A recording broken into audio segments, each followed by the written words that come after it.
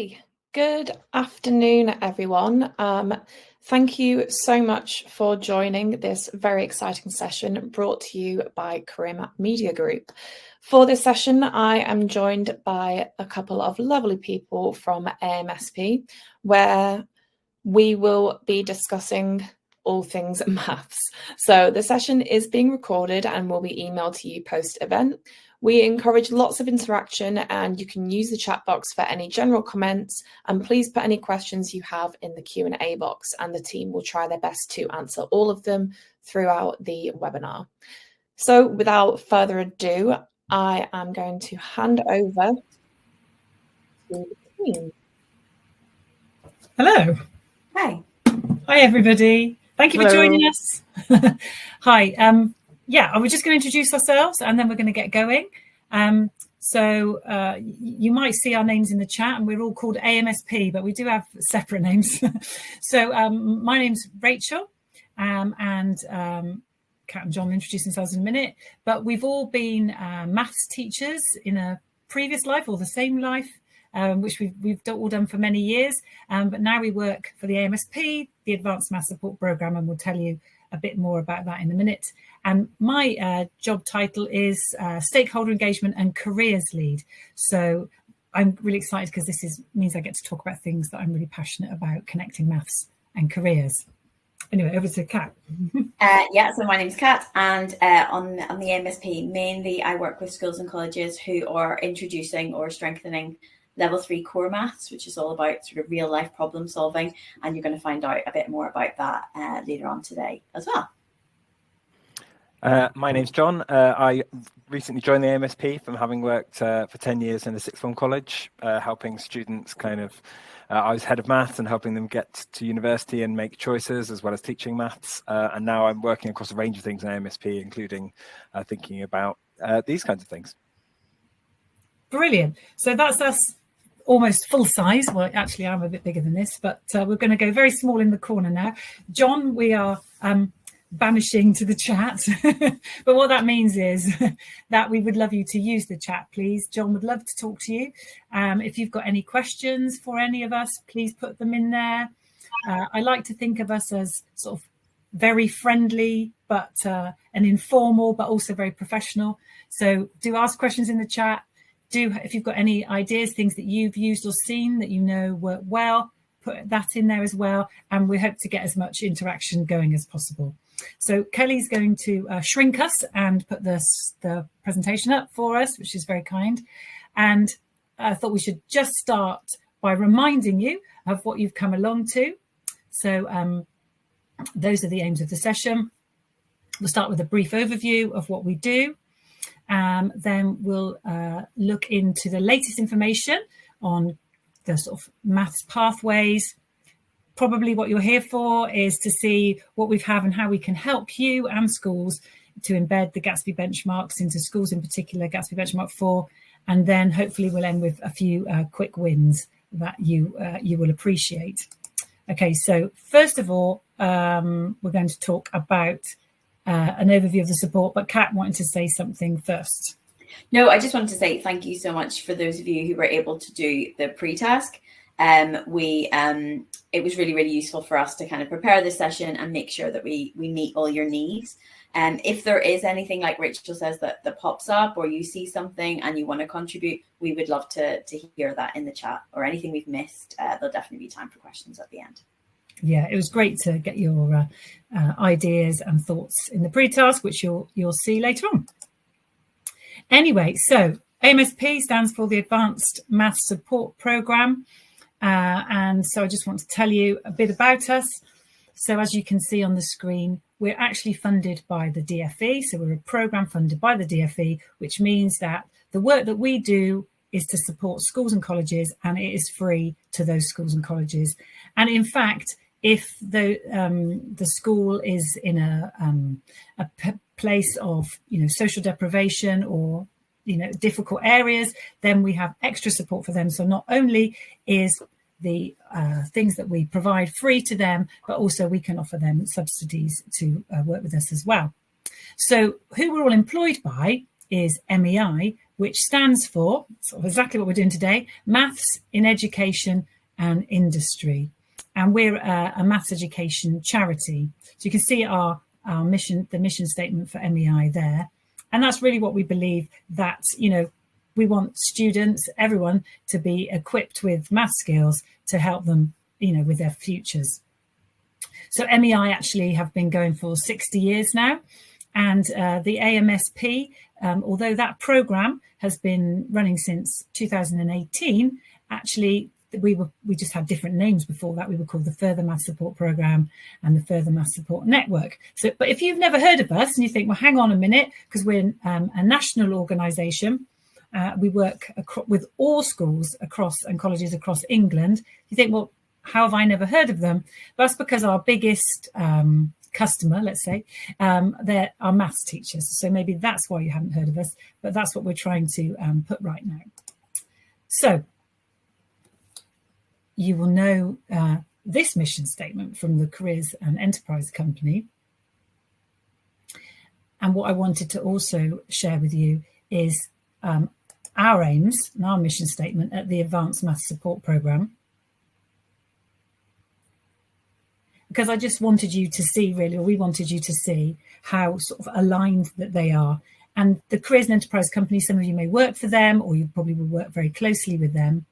And you'll know that they're a national body for careers education. Well, you can think of us, if you like, it may sound arrogant, but we don't mean to be, is you can think of us as like a national body for maths education, certainly for sort of we work with schools, secondary schools, so we work from age 11 right up to 18 and right up into and that transition period into university. So we're actually mentioned in the government's career strategy document. It's in paragraph 43 if you're keen on it and you want to look it up. And in that we're called the Level 3 Math Support Programme, but our name is actually the Advanced Math Support Programme. So, sorry, missing the button. Yep. So in case you think, yeah, just maybe they're just saying things that aren't true, we just wanted to show you a bit about our reach and our impact. So at the minute we work across all schools in England, but we're definitely engaged with about 86% of them, that they engage with us quite regularly, some more than others, and the sort of things that we do. So we put on events for students, so we call those enrichment events. And for 11 to 16-year-old students, those are events that might be held at an employer's or at a university, and it's to sort of give them a taste and a sample of what maths beyond GCSE would be like. And we also, you can see the other things that we do there, but we also provide careers information, advice and guidance resources for teachers, for parents, and basically the aims of the Advanced Maths Support Programme are twofold.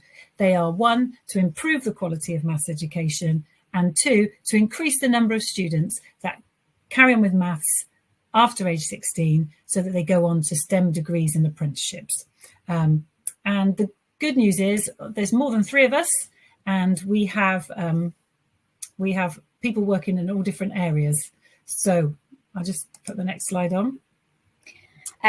So we got you to kind of mark on the map where you were from, if you're able to do the pre-task. So it's nice to see we've got a nice little spread over the country there, because we wanted to highlight the fact that although the 3 of us just work nationally, we also have what we call area coordinators in each region.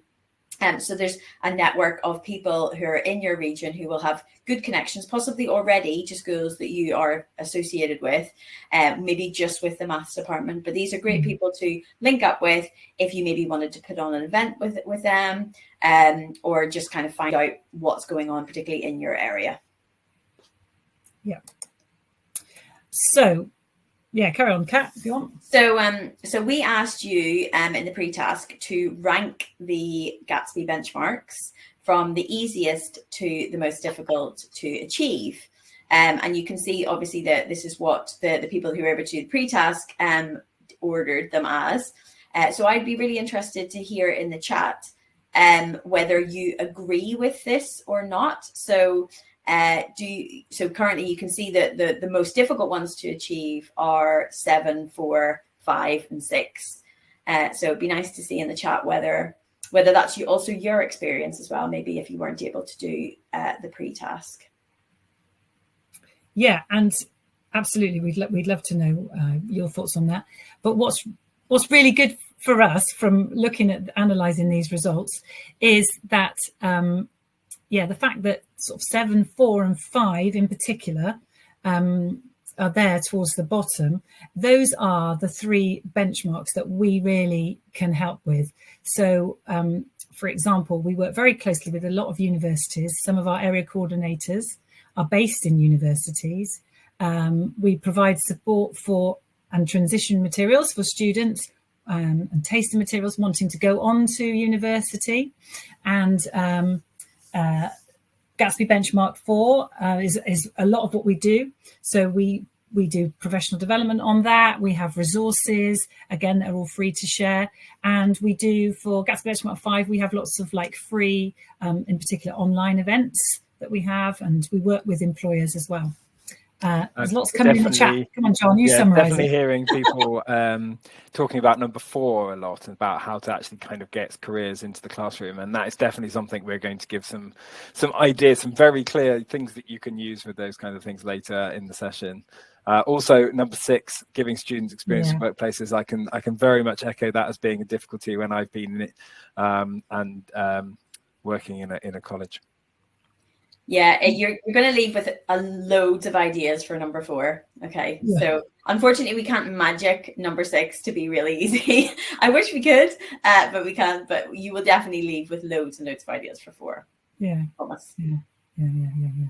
Yeah. So yeah, great comments. Just like the one that's just come in there as well. Yeah. So okay, so we can definitely help with those. The other benchmark I was going to mention is benchmark 2, which you may have put is the easiest to achieve. And just to let you know that that's also something that we can really keep you up to date with the latest information, because we're working closely with the DFE and that kind of thing. So guidance on maths pathways and the different maths pathways that exist, we can definitely, keep you right up to the minute with that information as well. So again, going back to the pre-task that we thank you again for doing that. We asked the question again, if you want to write your answer to this in the chat because you didn't do the pre-task, that would be great to hear. Is how would you like maths careers education to sort of look in the future? So that's just a few comments there, which I'll let you read.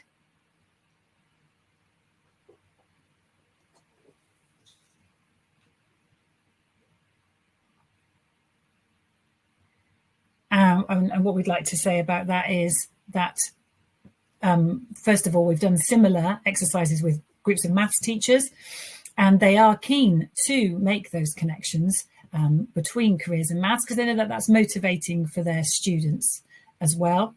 We're going to talk a little bit more about level 3 core maths, which will certainly answer the first light blue box there. Kat, did you want to say something? No, I just want to say, I think the thing is that maths teachers are keen to do things like this. Yeah. But it's very difficult, isn't it? It's not when you're pressured and you don't have time, and you also feel the pressure of getting through all the curriculum. Oh, I don't have time to do that. So a lot of the resources that we're going to share with you today, we're kind of ensuring that we're mapping them to the curriculum, so it doesn't feel like this kind of extra lesson that you do and you're taking away from your course. You're actually covering material that you do have to cover anyway in Key Stage 3 and 4.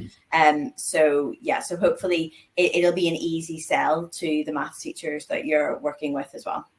Yeah, brilliant. Sarah's just sort of commented on that in the chat as well. So yeah, that's really what we're hoping to do, Sarah. Okay, so right, that's an overview of what we do. As John has said, you can always email us if you want to know any more. Right, the latest info on post-16 maths pathways and the Maths to 18 agenda.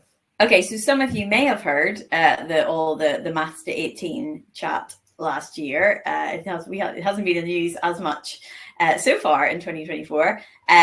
But when Rishi was originally talking about Maths to 18, if you looked at in any social media, it was very much like, oh no, why on earth do they want our young people to carry on doing more Pythagoras, trigonometry and algebra? I never used those things in my life. I think it was kind of not very well communicated, that the idea that students would continue with maths, it wasn't really that they would be doing those things. They would be doing things that we're noticing there is a need for, and there is a huge shortage of people that can work in sort of environments that require sort of confidence with numerical and data skills. There's so many jobs with data just like springing up everywhere, and we just don't really have the workforce coming through for that as well. So in this session, we're going to talk a little bit about what the pathways are and what the options are, and tell you a wee bit about core maths. We're going to do the first little bit of that via an activity, because you don't want to listen to us talking for an hour. It would be desperate. So we're going to take part in a little activity now, which is actually a really nice way of just embedding like sort of skills related to careers within lessons of any subject. And it's called a slow reveal graph.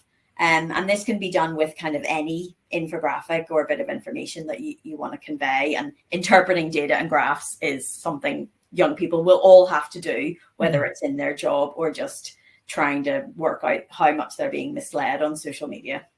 Okay, so I am going to just show you the first bit. Hopefully this works. Okay, so you can see here we have a graph and we have covered up quite a lot of stuff. So I'm just going to let you have a look at it for a second. And then I'm going to get you to try and speculate what the title might be, first of all. And we're not expecting anyone to get the exact right answer straight away. This is just a bit of fun, so don't worry about having a go. Topics picked at A level. Okay, very good. You're on the right track, but I'm looking for a little bit more than that. So if anyone wants to add to Oliver's great initial answer, that would be brilliant.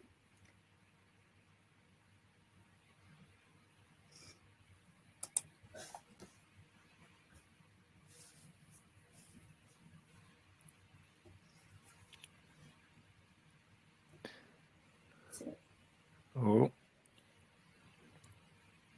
It's not far off as an answer. It's pretty good. It's pretty good. Yeah. It's pretty close.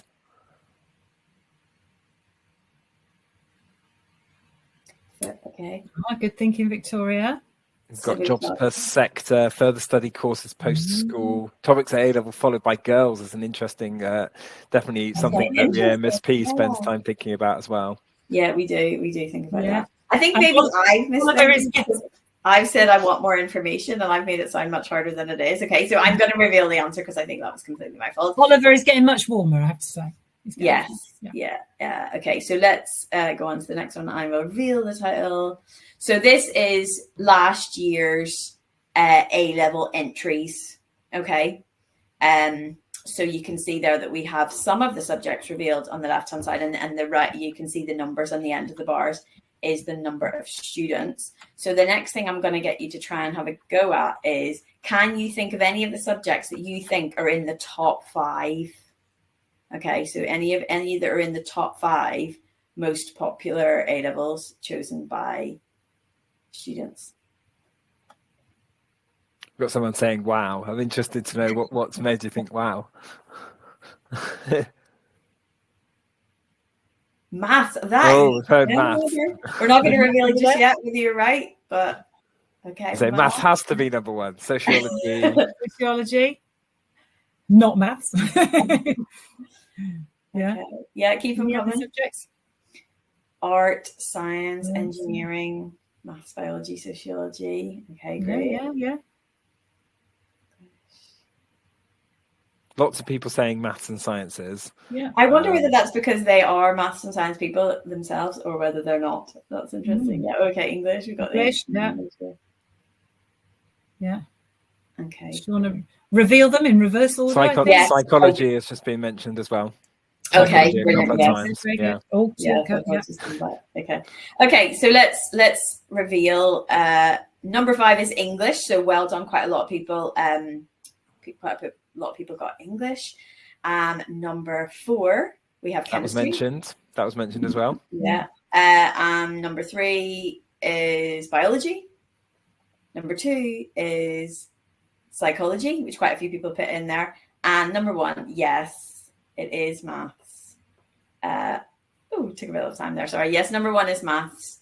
And you can see there that we've got, sort of nearly 97,000 students taking it last year. So you might be wondering, why on earth are they concerned about not enough people taking maths? And we're going to talk about that in a second. So let's have a look at the other ones. You might have noticed as well that we coloured that one in red. And you'll see that further down, you can see further maths A-level is just sort of underneath RE there. With 15,000 students taking that, usually as a fourth A-level. I definitely think the chat essentially got that right. There was a few maybe weren't mentioned towards the bottom, but I think the top bunch were all in there somewhere, so well done. I think it's interesting to note as well, we've sort of chopped this graph off. Obviously, there's more subjects further down, and you'll see that all of modern languages are kind of falling underneath this. Which I think is interesting and a little bit sad, actually. Yeah. Okay, so I just want to make a comment. I'm going to make a little comment, actually, because somebody brought it up. Apologies, I can't remember who. They said about subjects that girls take. And what I would say is that there is a difference at A-level choices between boys and girls. So the top choices would be maths, physics, chemistry would be a stereotypical choice for boys. That would come because we do have this graph as well by gender, but for females, the maths is still the fourth most popular. It's psychology 1, then biology, then English. So it's psychology, biology, English, and maths. And what often happens is that sometimes that can be a barrier for girls because the maths in a timetable in a school fits with maths, physics, chemistry, economics, something like that, but doesn't always fit with the subjects that girls want to take, psychology, perhaps RE, and some of those other choices. So if you're in a school, that is something you could ask if you're sort of sixth form or your local college about. Sorry, I'll butt out now. No, that's great. That's really, really useful as well. Okay, so just wanted to just sort of pick up on what I said before is that you might be thinking, well, maths is obviously really popular. Like, why are we funded by the DFE? What's going, why do we need to be concerned about this? Okay, so there was some research done actually 10 years ago now by the Nuffield Foundation, and in the report, what they did was they looked at 24 economically similar countries.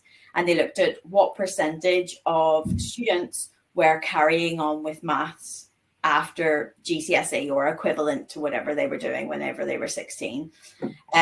So I just want you to guess in the year that this study was done, so 10 years ago, what percentage of students in England do you think were carrying on with maths post 16, so after they'd done their GCSE? What percentage students in England were carrying on with maths after the age of 16, 10 years ago. So this is just a bit of fun, again, just to have a little guess. So if you just want to pop your guesses in the chat, no one will judge you if you're wildly out. Indeed. When I was teaching, I don't think I knew the answer to this question at all. It was only when I started working at the AMSP. Thank you, Victoria. That's great. Thank you. Let's see if we get some more guesses. Did you always need someone to give a first answer? So well done. So we've got 75%, 65% people are saying. We had just said, I guess, that it was the biggest A-level, hadn't we? We have misled you. Yeah. Or a hint, secret hint there. Yeah. Oh, our numbers are getting lower. Yeah. 25% now. They're getting lower and lower and lower. Megan's got 5%. Yeah. Okay, brilliant. So yes, you are sort of heading in the right direction. Megan, you just took it a wee smidge too low there. So it was actually 13%, which is quite low. But maybe you're thinking, well, maybe lots of other countries are the same, and we don't need to worry about that. So let's have a think about that one. So obviously in the report, they looked at how many students were doing maths after GCSE in all of the 24 countries. So then our next question to you is, how many of the 24 countries had more than half of their students carrying on with maths after the age of 16? So this time you're going to have to give us a number between up to 24. But obviously we know England isn't in that number. So that's a bit of a clue. So how many of the countries had more than half of their students carrying on with maths after the age of 16. We've got 18 as an answer. Victoria, thank you so much for being first in there with the answers. Yeah. It's brilliant. It's just giving everyone more confidence to have a go too. Yeah.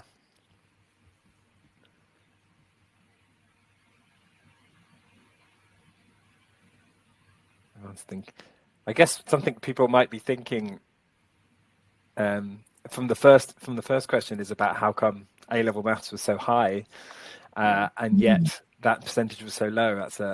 There are some reasons for that. We've got 18, we've got 5, we've got 12. Yeah. I mean, that 13% nowhere near 50%, is it? Yeah.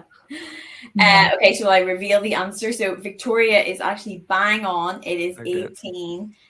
So 18 countries had more than 50% of their students carrying on with maths. Because if you think about countries like even very, very close by to us, like Scotland and Ireland, their students are not narrowing their curriculum as early as we do. Like I would have told you this earlier, but it's a massive hint. The report ended up coming out and being tagged as, is the UK an outlier? And yes, it absolutely is an outlier.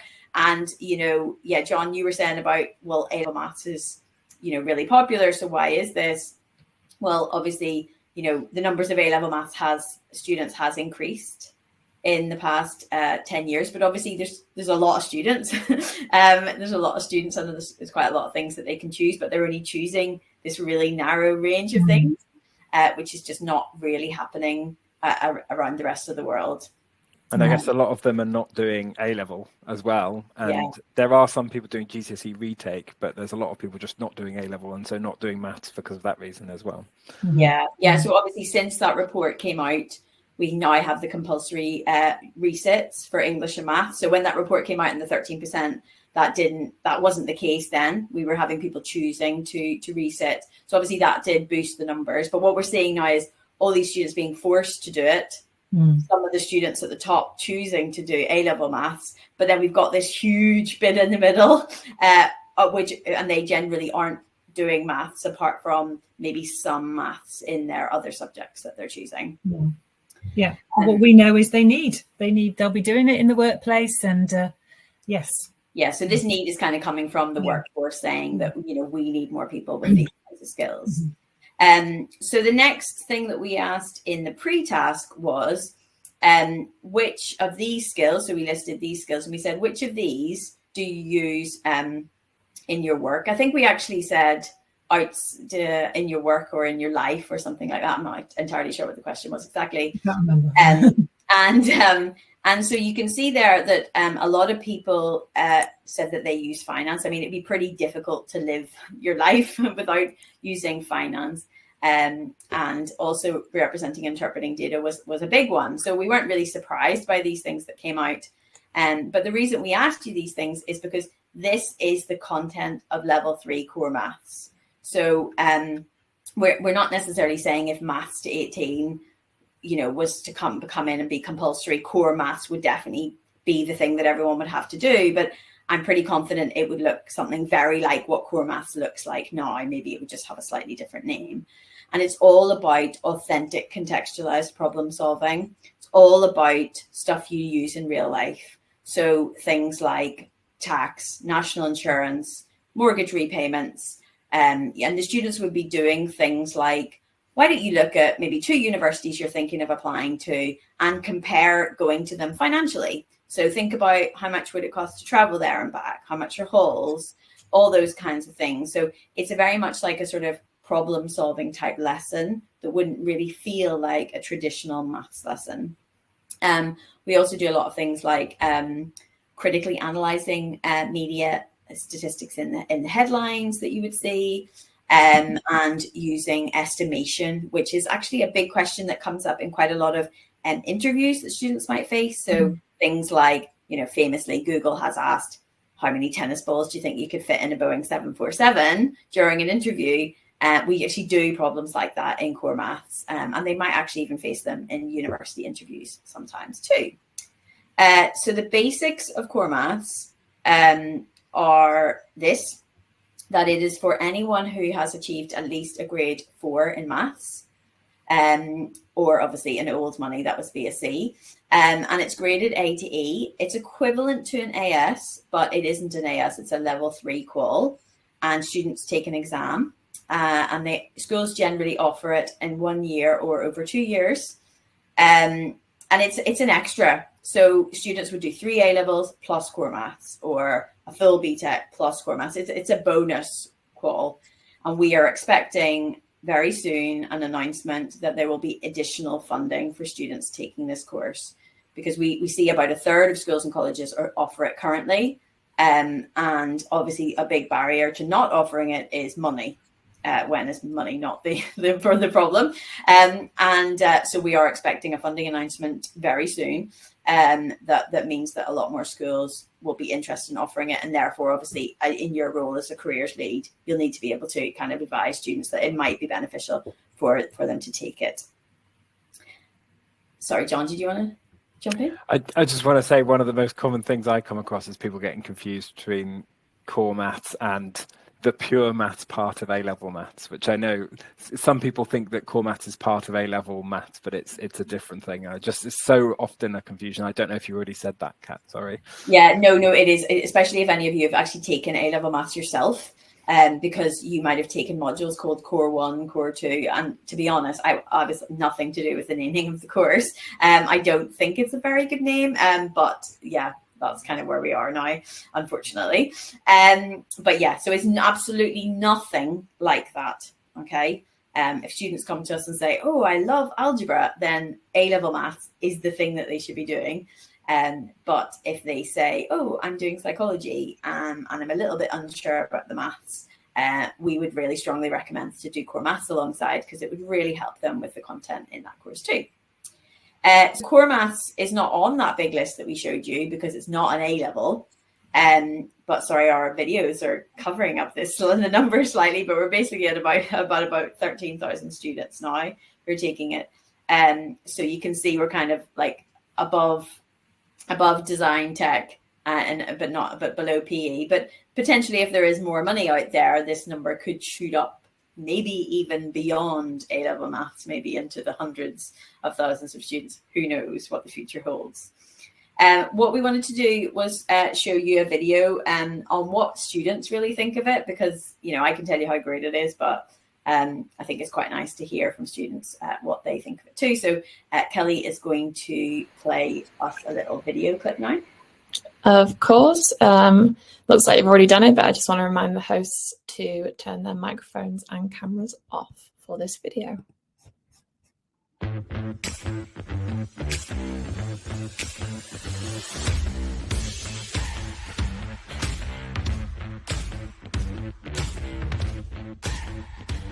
I know a lot of students sit in their GCSE maths classes and in Key Stage 3 as well, and they think, why do I need to know this? And they ask that question a lot. We all know that. They can't in core maths. Core maths felt very different to GCSE maths, just in the fact that you kind of learned a lot more about what you actually do in the real world. So you learn a lot about tax and national insurance is a big one. When I did core maths, I actually felt like I was learning stuff I was going to use, and I knew I was going to use. It was a lot more engaging. Having confidence around finance can often come from a confidence of numbers, and taking subjects like level 3 core maths can really help with your future and understanding around personal finance. I was good at maths. I think I got a 6 in the end. So I could have done A-level maths, but it wasn't something I particularly enjoyed doing full time. So I did computer science A-level, and I did an extended diploma in music technology, and along with that I also did core maths. I'm currently studying A-levels in biology, chemistry and history, and last year I took core maths. A lot of it crossed over and could help with both biology and chemistry. In our sociology A-level we did use aspects of maths, particularly in sort of the research side of sociology, so understanding and interpreting data. I'm currently studying biology, chemistry and psychology at A-level. I'm also doing an EPQ. I did core maths last year.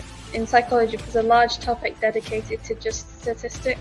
So core maths definitely helped me a lot, because the questions are a lot more open and you get asked in a more conversational format. So you kind of have to respond in the same way. It's very, very good for that problem-solving skills.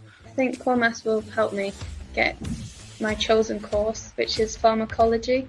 The university that I've chosen actually considers core maths and actually offers me a lower entry requirement.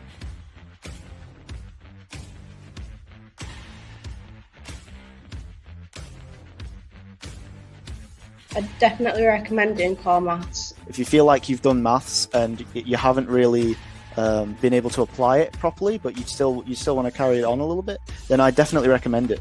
Key piece of advice in my life, which I chose to ignore at the time, was do core maths. You really need to do core maths. It's really good for people like you who aren't confident and are looking to progress into like social science or just any subject that you wouldn't expect to have a huge amount of maths in. It will have it, and it does.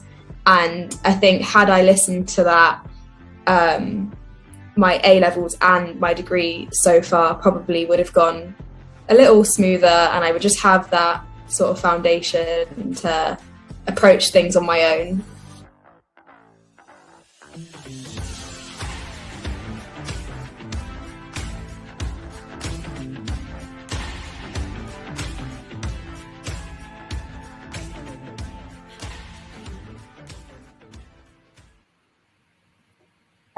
Okay, hopefully you like that. If you have any questions about core maths, please feel free to pop them in the chat.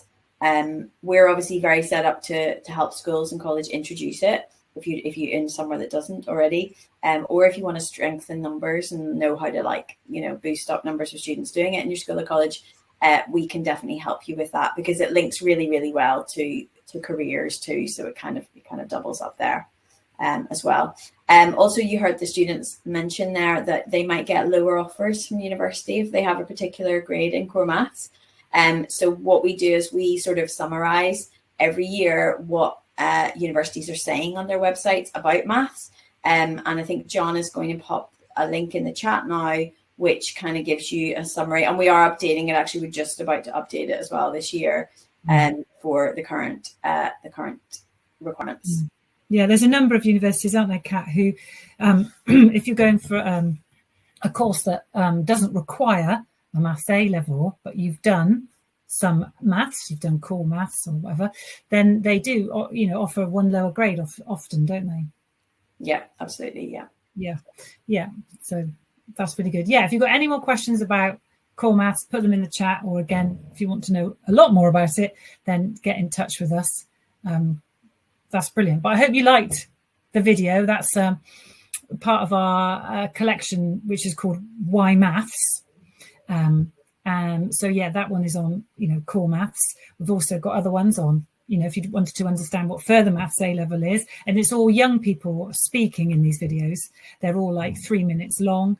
We've got other ones like maths. When will I ever need this? One about maths and apprenticeships. So that's a great collection, but we'll show you where that is later. Okay, right, moving on. So we're up to Gatsby Benchmark 4, and we're going to have a look at how you can embed some of our resources into the maths curriculum. Just before I just want to pick out one in particular. So we've got some comments there on the screen. These were some of the things that people put in the pre-task when we asked, what would you like? Maths and careers education, what would you like that to be like in the future? So there's a few comments there.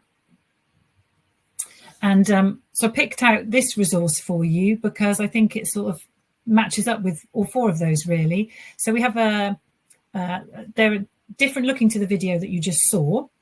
These are sort of, well, I probably shouldn't say this out loud. They're more professional looking. They're more glossy. I think that's what I want to say, these videos. But again, they're only about 5 minutes long. So here, this is where we've liaised with employers to make these videos. And so there's 12 there, 12 different jobs. Many of these jobs are non-financial jobs or ones that you wouldn't expect maths to be in, like filmmaker, location planning, digital media, that kind of thing. And then these videos also show which sort of qualifications, it's not a strict rule, but which qualifications at level 3 maths wise those people in the videos have, which might be most suitable. Somebody was asking about that. And actually some of the people, but not all of them in the videos, have a maths degree. So the climate scientist, she has a maths degree because that's actually the number one thing you need to go into climate science. The actuary has a maths degree, as does the engineer. She doesn't have a degree in engineering, she has a degree in maths, and also the potential astronaut. And Emma, has put the pharmaceutical industry, absolutely. And there's lots of roles in the pharmaceutical industry as well, from, perhaps working in a lab or being a medical statistician, or even, as there are in all companies, jobs in marketing and that sort of thing. And marketing uses a lot of data. Obviously, they use a lot of mathematical skills there. Anyway, they're brilliant videos. I'm sure you'll really, really like those. So I wanted to point that out. But what I didn't want to do was spend a lot of time, or what we didn't want to do, spend a lot of time saying, oh, there's this resource, put a link in the chat, this resource, put a link in the chat, and confuse you and overwhelm you. And we've done things like this before with maths teachers in particular.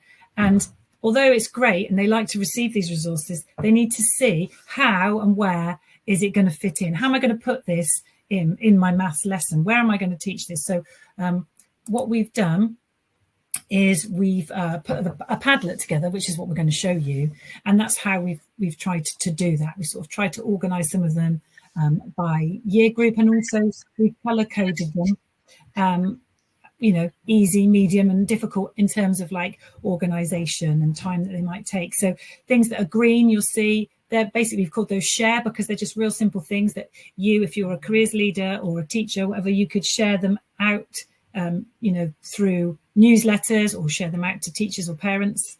The second one we've called do. So they are activities that would require a little preparation, but you can do them within a lesson time, maybe a whole lesson, some of them, but some of them are just little starters. And then the third one, often they're events. You can share your screen now if you like, Kat, is that okay? Yeah. The third one, the red one, it says organise, prepare. So they're things that might take a little bit more time and effort to get set up, but they're definitely things that are worth it. They could be events where you go out of school, or where somebody comes into the classroom, and that kind of thing. So Kat's going to give us we'll have a quick tour, and we'll talk about pick out a few things for you. Yeah, so when we've sent this to maths teachers, they've been extremely pleased with it, because it takes a lot of the kind of, the difficult thinking and planning, and, where on earth is it going to go through? Because we could share so much stuff with you that it would just be kind of overwhelming. But if you feel like there is something missing, we would definitely love to hear from you, because we have much, much more. We just didn't want to kind of overload you too much with too many things. So you can see that we've organized it by year group, but this is just a suggestion. A lot of the things that we've put in a particular year group would also work with another year. So if you're not in an 11 to 18 school, it doesn't matter, it would fit somewhere, but it would just give you an idea of kind of the level of accessibility as well, perhaps. So the year 7 ones are like, very accessible, very easy to use, and maybe they get a bit more challenging as you go along. So you can see when you scroll down here in year 7, for example, we've just got, tell students and parents about this opportunity, this event that they can get involved in. And then number 2, this is actually one of the resources that goes with the World of Work videos that Rachel was talking about before. So with those videos, what we did was we wanted to match up those videos with actually an activity that you could do in the classroom. So that it wasn't just a one-off, let's show a video in form time or in maths time and that was it, but that you'd be able to actually go, oh, here's some maths that I actually do in my Key Stage 3 lessons, and here this is actually the exact same maths that Sarah uses in her job. So that one there, Sarah, is an orthotist. Rachel can explain exactly what an orthotist is again, because I'm not sure. I'm very confident in that. And then, sorry, go on. Yeah, it's like an orthotist. Yeah, we picked a medical career because often people just think of doctors. So Sarah's an orthotist, and she says herself, an orthodontist straightens your teeth, and an orthotist straightens everything else. That's what she says. Yeah, that's the one. I knew you'd be able to explain it a lot better than me. And then third one, as you can see, like, it's essentially book an online encounter with maths for girls. But I mean, what that is essentially is you can beam someone into a classroom or an event, and they can talk about their career, and students can pose questions and they'll answer it. I think you can also have face-to-face ones of that as well. Yeah. So it's something that's a wee bit more complicated and might require a bit of planning.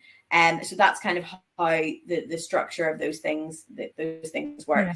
So you can see as we go along, we've got all the way up here. We're going up higher. Rachel, did you want me to pick on a couple more to show?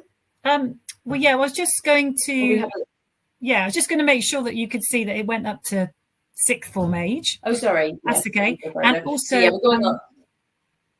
And I wanted, if you could, on year 10, because then I could show something that we're doing at the same time. So on year 10, in the yellow box, number 2, so we have 2 every term of, they're called, which career we call them, which are panel events where we have 3 employers, and they're all, we generally like to pick young early careers people to be on this panel, because then they're more relatable role models for the students in schools. Because they're just a couple of steps ahead. So we've got 2 coming up this term. We've got one for Apprenticeships Week, which is on the 8th of February, one on the 4th of March for National Careers Week. These, as I said, all these events are free. This one is online, so you just have to sign up. You can do it as a careers leader for your school. You can do it as a maths teacher for your class, however you'd like to do it. So you just sign up. It's all free, and it's about 45 minutes long. 3 panelists, Q&A, which we do, which is interactive. So and they are actually brilliant. The feedback we get from those is great. I'd recommend those for years 9 to 11 probably. So that's one example there. And the other thing that somebody asked about in the pre-task was data science. They said they wanted to know more. Do we have anything for data science careers? So you can see in we actually, MEI is doing a lot of work with data science education, and you can see we called them post 16A and post 16B because we were conscious that some of you might be in a college and not have year 12s and year 13s and things like that. So that's why it's got a slightly strange name. But you can see in the number 2 one in post 16B, we actually have 2 options for the data science course. We have a taught course, which is free online course for sixth form students. And that's currently kind of underway at the minute. So it's not like open for booking for this current year. But it will obviously be back again next year. But if you also actually, there'll be another one in the summer, Kat. The one currently is just coming to an end, and then there'll be another occasion in the summer. Yeah. Okay, brilliant. Thank you. And then there's also an independence course as well. So if it was something you fancy doing yourself, you could also sign up for it. It's totally free, open access. If you wanted to start, delving into data science yourself. And for those of you that are maths teachers, some of the material there are actually based on the large data set in A level. So you kind of get a bit of a chance to play with that a wee bit more as well. Also good for your computer scientists as well, because they're using Python and that kind of thing.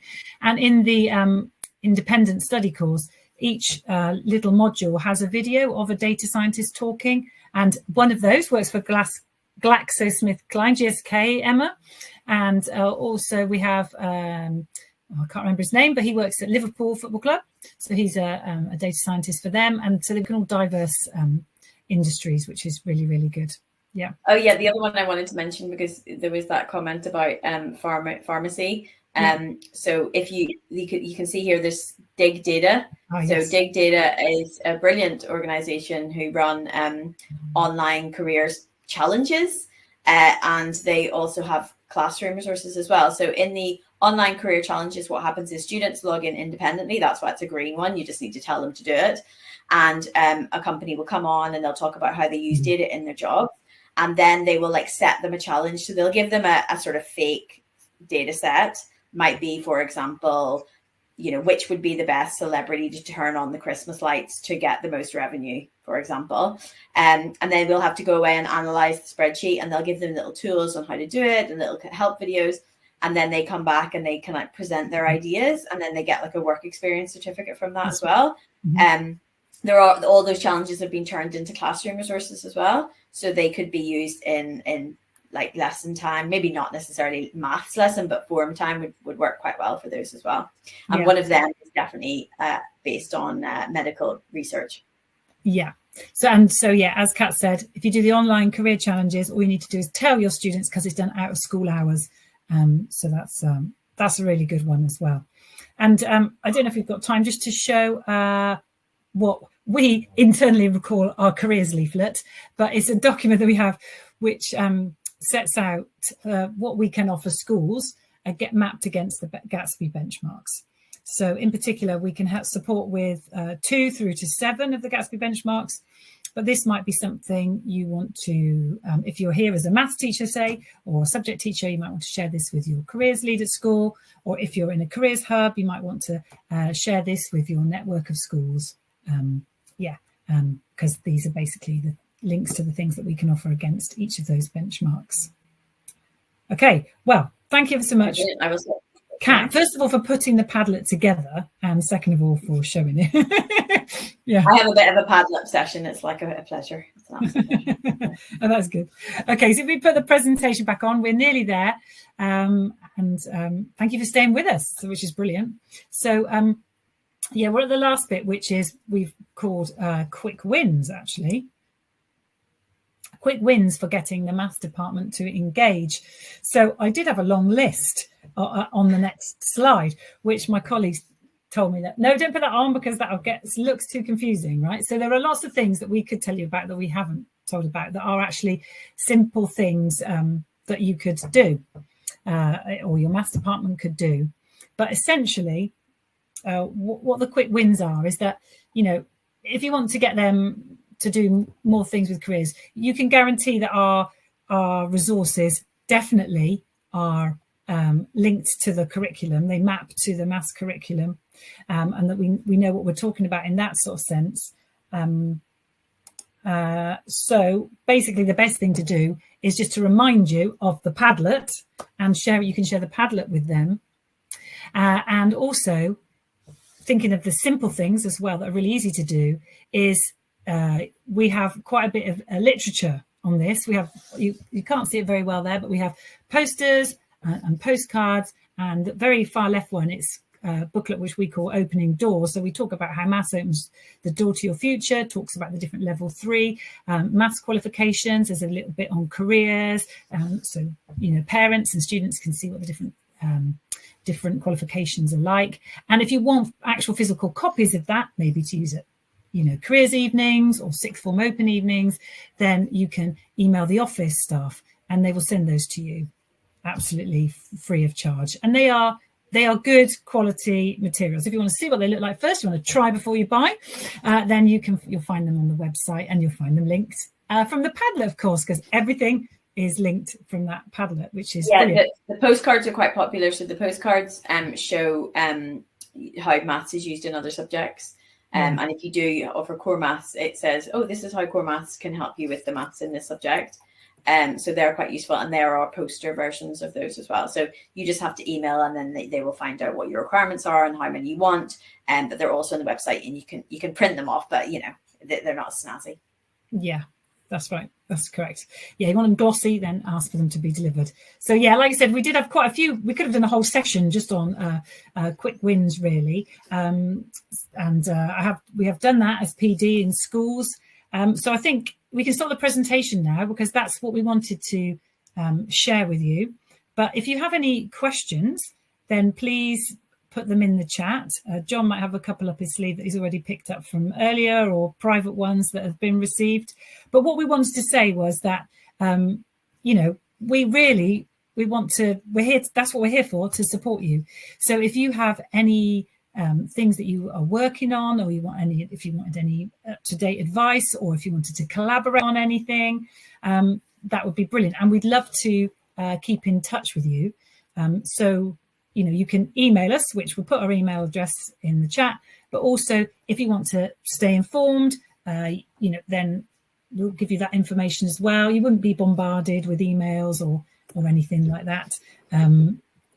Because you wouldn't be, because most of you are careers careers leaders. In fact, that's interesting. If any of you, what your roles are, we're interested in that.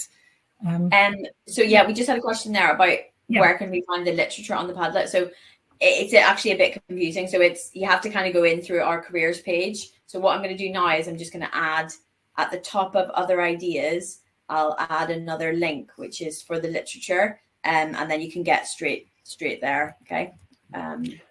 I just wanted to, just checking my microphone is now working. Can you hear me clearly? Yes.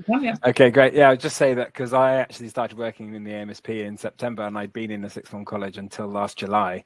And it was definitely, I can definitely resonate with what some of the people were saying about the challenge of incorporating careers into your lessons. Like, I think that math, for some people in the chat are math teachers, but also for people that are not math teachers, it's definitely, you know how to do kind of examples in real world context, or at least that's something that teachers try to add.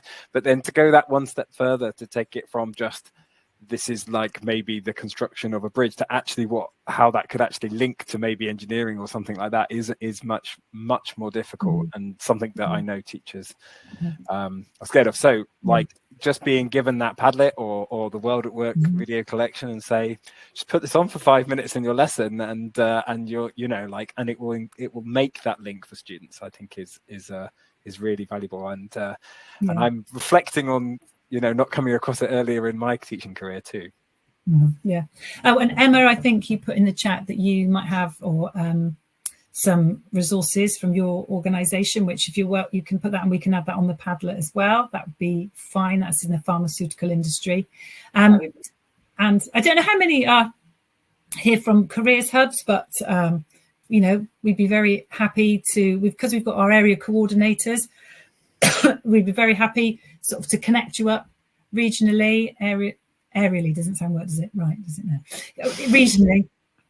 And then of course, you know, we can come along and speak to the whole team, demonstrate some things, or for example, we're doing a bit of work with the Liverpool City Careers Hub, also in the Southwest. We're going along and running a workshop at their careers leaders. I think you might call it a conference at the end of the year. So those sorts of things we can do as well. Excuse me. And I think, sorry, the other thing was Gemma asked, could you be sent a link to the Quick Wins PowerPoint slide? So the PowerPoint, I believe, is getting emailed out to everyone, but I think Kelly can just maybe confirm that. If not, we can just add it onto the Padlet, I guess, as well. PDF, but hopefully it's all getting emailed out to you as well. I will double check on that. I will double check for you. Okay, so we've only got a couple more minutes. Sorry, Rachel, I saw you talking about you. People are stacking up their webinars one after the other.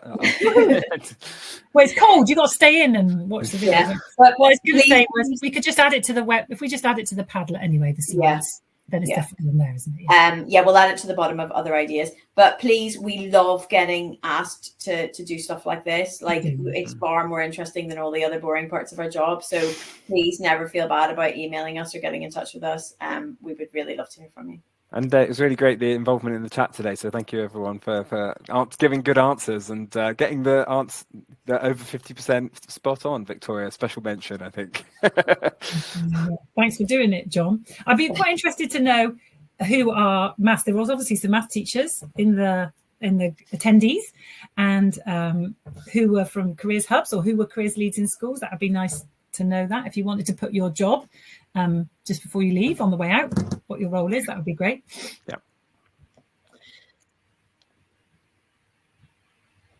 I think on that note, I can start wrapping up. Is that okay? Yeah. So yeah, look at the timing. We're good at timing, right? Yeah, that's perfect. I agree that these attendees have been really proactive, and it's been such a great session.